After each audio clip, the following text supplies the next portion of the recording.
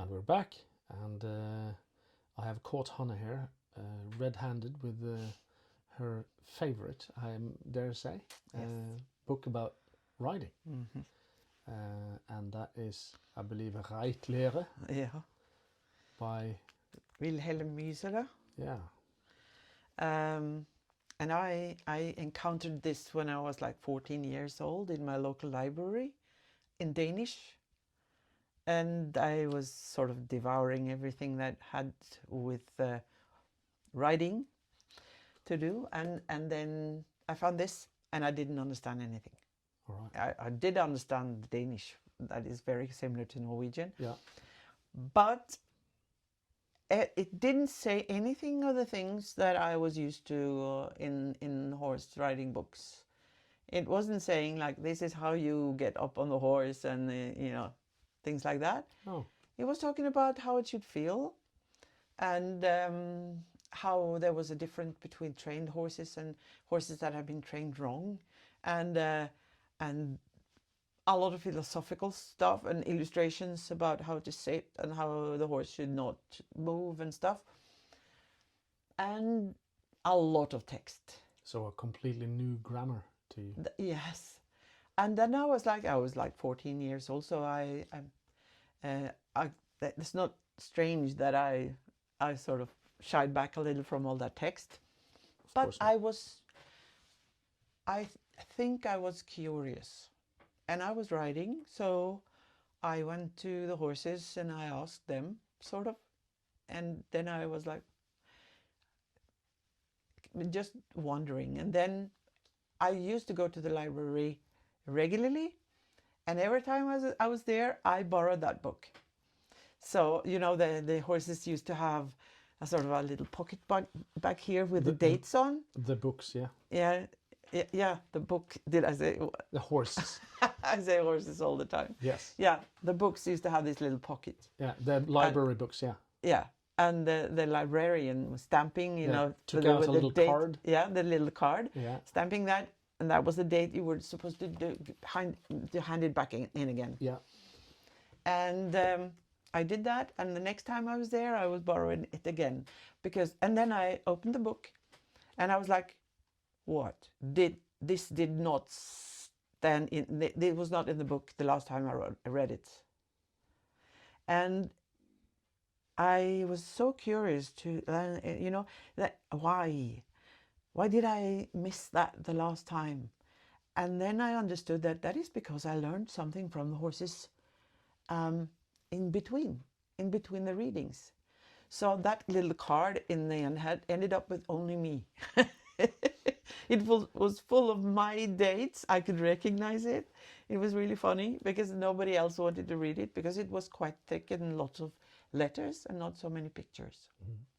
And there is actually one picture here that is not a picture, and it's really important because it has been translated to English. I've read several of the translations, and this picture has been taken away from the last version in translation into English. And can you see this picture here? Underneath your finger? No, it's there. Well, that's a picture. That's a picture. Oh, that's a frame for a picture. Yeah, this is the caption, and it says, "The correct sits," that like the correct seat on the horse. Picture 1, it says. And in the picture, I'm trying to translate from German. Balance, looseness, and to go with the movement in the horse, it says here. And it says a picture of this is not given because you can't express it in a picture. You can't express it statically? No. Uh-huh. And of course it was more difficult then because they had different types of cameras. Yeah, and also you cannot put a little film in there. No, but now we're doing it a lot, like taking pictures and saying, this picture is this picture, you could, from this picture you can see like the parallelity and then the nose in front of the vertical and all those things. That is because we have other types of cameras. We could look at the picture in the camera and see, no, that is not good. You have to take another one. And they had to wait until the pictures were processed.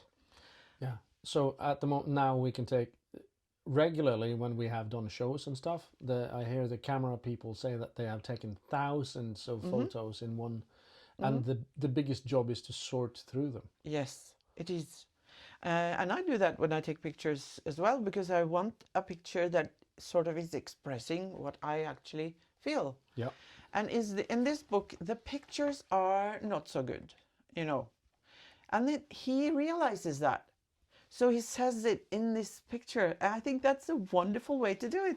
This is actually an illustration of the balance and stuff that you can't express in a picture. At least they couldn't then. But the tragic sort of, I think the sad thing is that the modern translations into English is, then they have the title Writing Logic. And then they have taken away this. And they have replaced it with a picture of a person, of a rider that is riding in the sort of modern competition way, with the horse, with the head behind the vertical and a sort of a break in the neck in the third vertebrae, and you know, no parallelity and all. So they are actually saying the opposite thing that Müseler so the wanted descriptions he has made in the book describe something completely different, and they Yes. have put this completely different picture in where he wanted to not put a picture in, because Yes. you can't really picture a correct. Yes, and it makes me really angry. Yeah. Because people get the complete different, wrong idea of what he actually meant.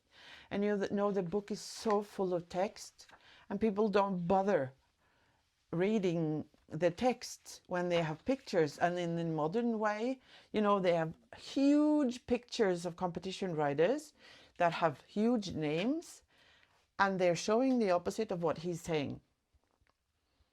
Yeah. And people look at the pictures and they don't read the text, or if they read the text, they are reading it in the context of the pictures that they have seen first. So they use the wrong grammar. Yes.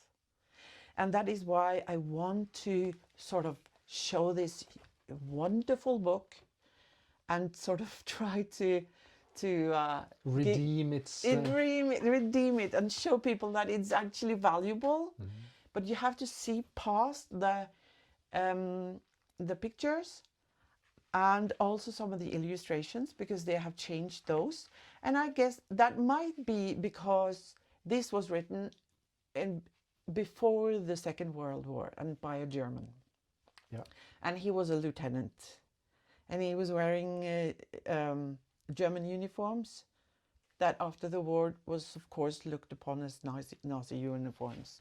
And these are the illustrations. This is an officer with a uniform.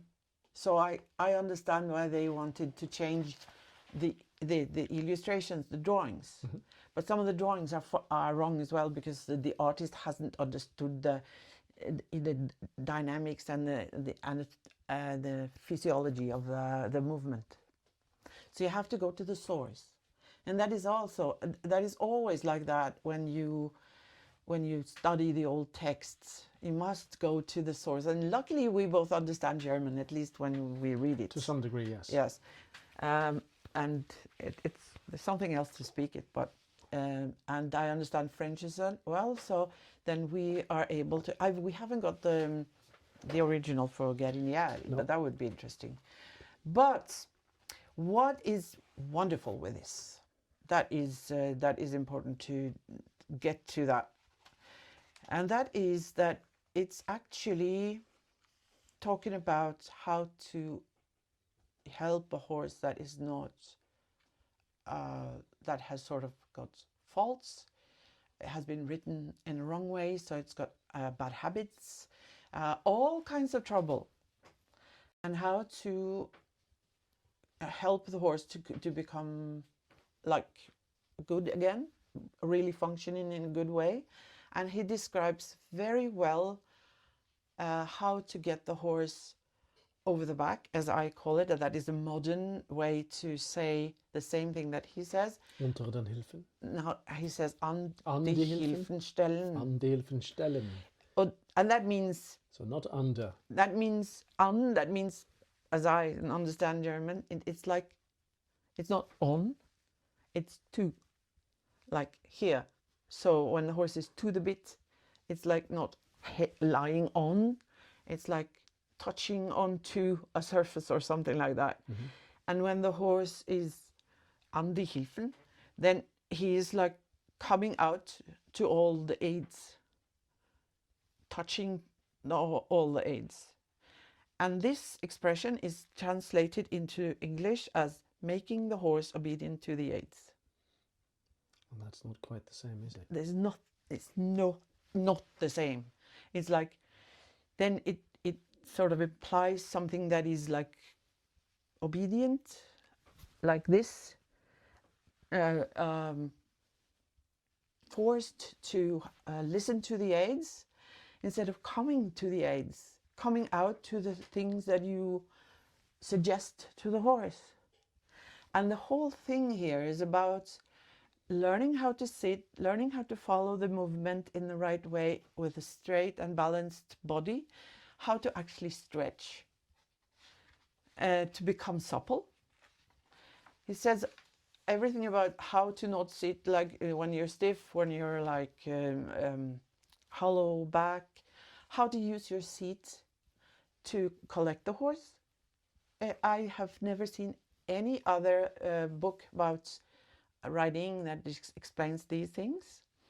And when the last time we were talking about the King's Mirror, and that was just like half a page or something about how to ride. And this is a whole book about how to sit, how to feel when the horse is going correctly, how to see if the horse is going correctly, what you need to do to make the horse move in a smooth way and a balanced and everything, how to make the horse function, how to make the rider function, all up to shoulder in. Yeah. That's the most advanced. And then he says, if you want to do more advanced stuff, then you have to buy other book. This is the book for the basic. So he leaves us at grammar and logic. Yeah, and the English translation is called Riding Logic. That is quite funny. So he leaves us there, and then he expects us to develop rhetoric on our own, I suppose. Or go to another source. Absolutely, but my point is, you can develop rhetoric on your own. Yes. On this basis, I guess you will. Yes. Because then you have all the Lego pieces that you can build the castle. And he ensures that you know how to judge if your pieces are good enough to build on. Yeah. And he's got huge chapters about how you can feel, how to know if the young horse is relaxed, how the young horse is stiff, all those things.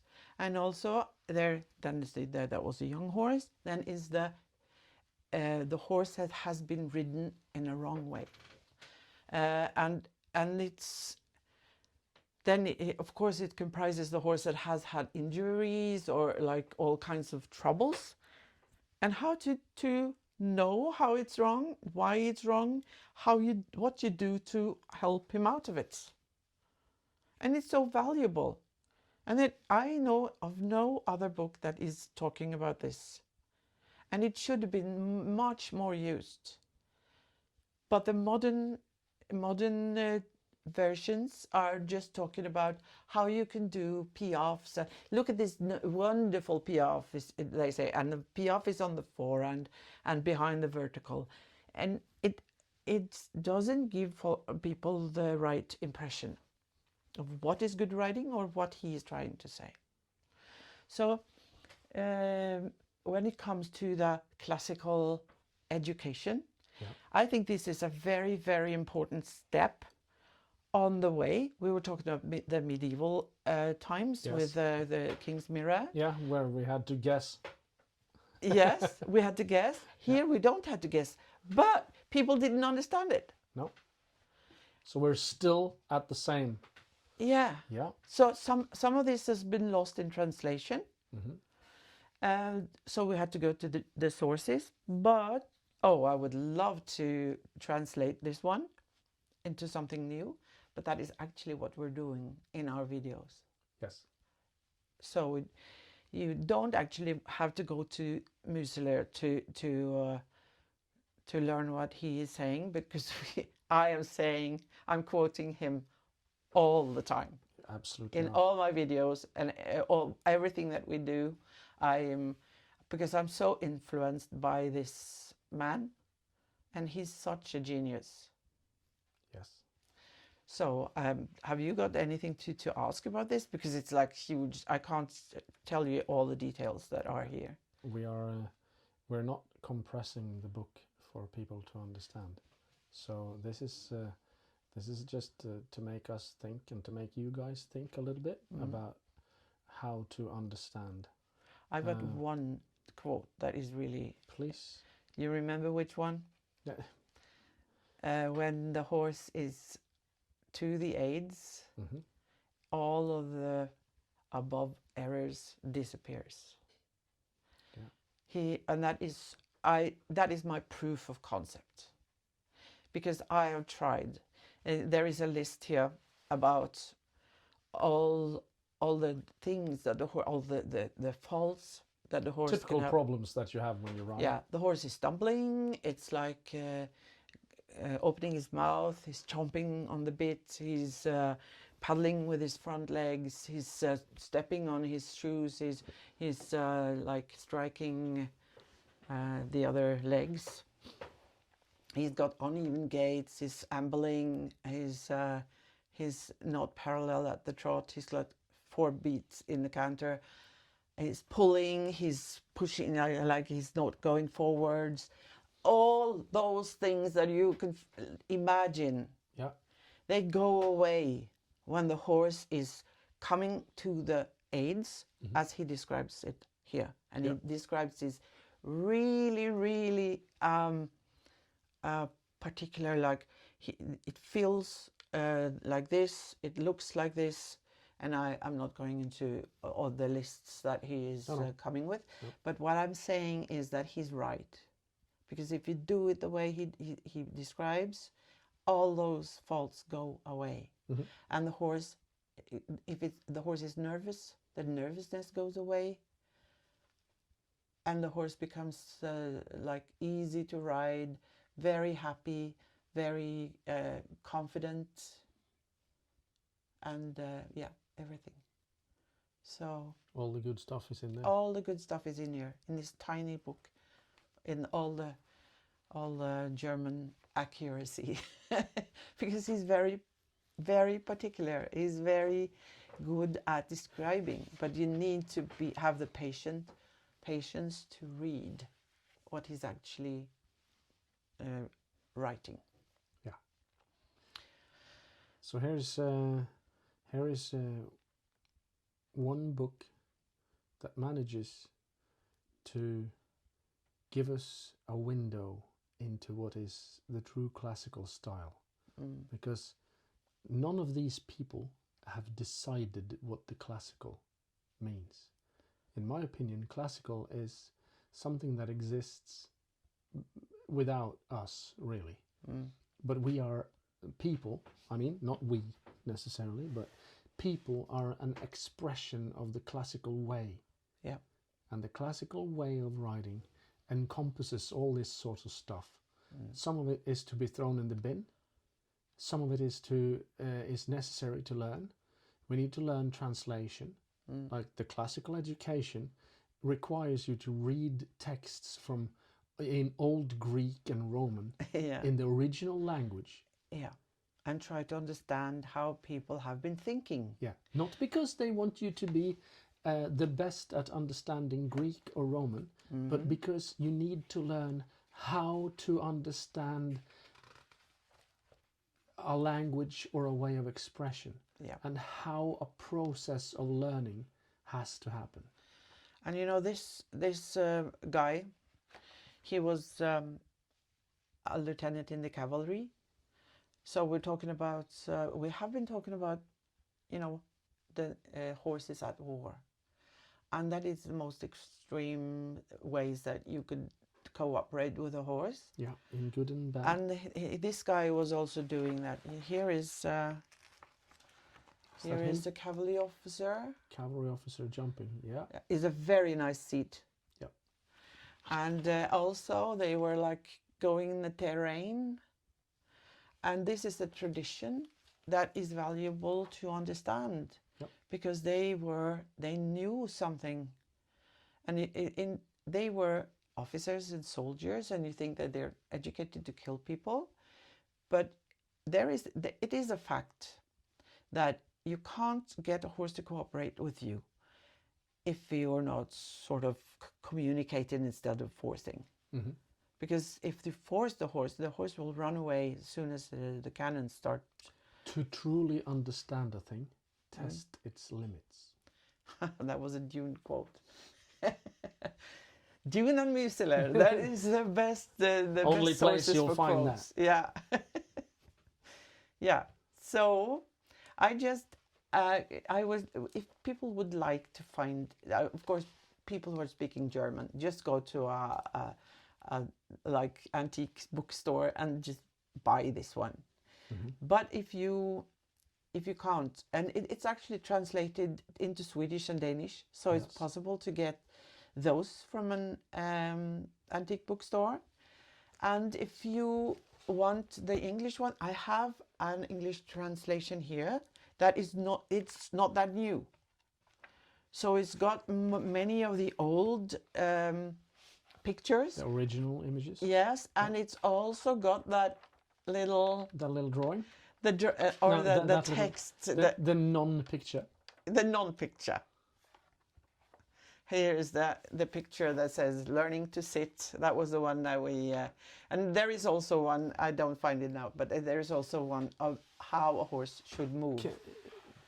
Can you find the number that tells which book? Oh, this is yeah, it's the Prentice Hall Press, New York. Yeah. It's I don't know if it's got a number, but it's called Riding Logic, Wilhelm Müseler, Prentice Hall Press, New York. Come on, give me that. Yeah.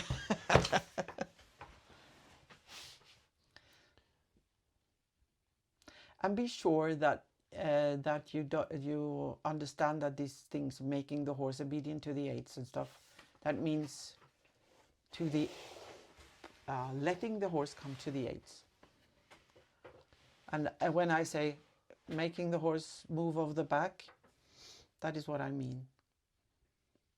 Yeah. So what she means is absolutely everything you can do right while riding. That's what she really means. That is what that is Pelle's troubles with all this. You have to ride the whole horse at the same time. But of course, I just had to be really, really, really, really good at riding before she would accept it as something coming close but to. It's like it's a goal, and you can. We are of course breaking it down to pieces that you're actually able to learn, and that is what he's doing here as well. Yeah, he's showing you all those pieces that you have to take into consideration and try to become better at. Mm-hmm. And you are the one who is really good at teaching people how to sit correctly. Thank you. And he is describing exactly the same thing. I hope so. And that is, of course, as we are saying all the time in this classical series, the horse is the same and humans are the same.